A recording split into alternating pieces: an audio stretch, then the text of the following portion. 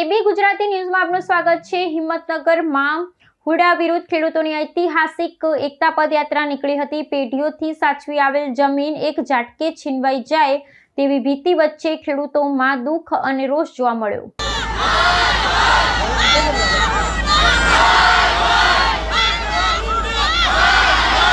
રેલીમાં એક દ્રશ્ય ધ્યાન ખેંચી ગયું।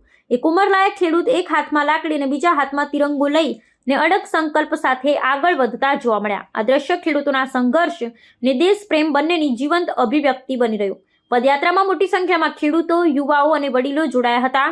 હુડા રદ એટલે રદ અને હુડા હટાવો જમીન બચાવો જેવા નારા આખા માર્ગમાં ગુંજી ઉઠ્યા।